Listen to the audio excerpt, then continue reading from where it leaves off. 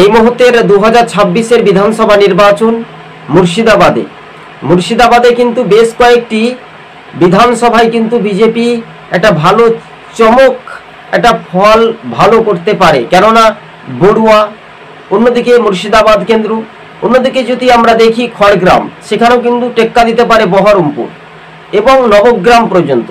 তো 22টি বিধানসভা আসনের মধ্যে যদি আমরা দেখি তাহলে বিজেপি 3টি আসনে এগিয়ে থাকতে পারে সম্ভবত, কংগ্রেস 10 থেকে 11টি আসনে এগিয়ে থাকতে পারে সম্ভবত, রাজ্যের শাসক দল তৃণমূল 6 থেকে 7টি আসন পেতে পারে সম্ভবত।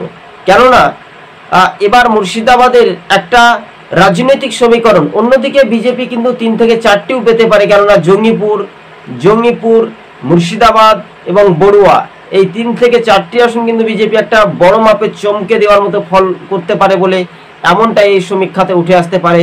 দর্শক বন্ধুগণ, রাজ্য রাজনীতিতেই কিন্তু একটা নতুন চমকে দেওয়ার মতো যে প্রতিশ্রুতি, মানুষের রায় বা জনগণের গর্জন, সেটা কতটা উজ্জীবিত হবে।